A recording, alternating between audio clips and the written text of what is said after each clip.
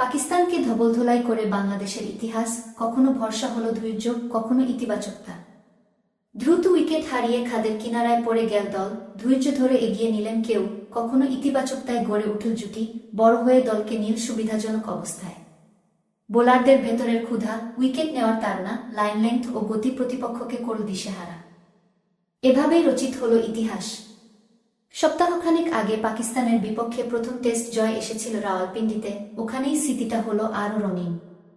দেশের ক্রিকেটেরই সবচেয়ে উজ্জ্বল সাফল্যের স্থানের একটি হয়ে থাকল রাওয়ালপিন্ডি। 2 ম্যাচ টেস্ট সিরিজের শেষ ম্যাচে পাকিস্তানকে 6 উইকেটে হারিয়েছে বাংলাদেশ।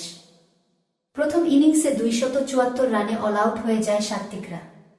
এরপর নিজেদের প্রথম ইনিংসে বাংলাদেশ করে 262 রান। পাকিস্তান পরের ইনিংসে 172 রানে অল আউট হলে 185 রানের লক্ষ্য দাঁড়ায় বাংলাদেশের সামনে। জিততে খুব বেশি কষ্ট হয়নি সফরকারীদের। এই জয়ের পর 2-0-তে সিরিজ নিজেদের করে নিয়েছে বাংলাদেশ। বিদেশের মাটিতে এটি টাইগারদের তৃতীয় সিরিজ জয়। নানামুখী চাপে থাকা দেশের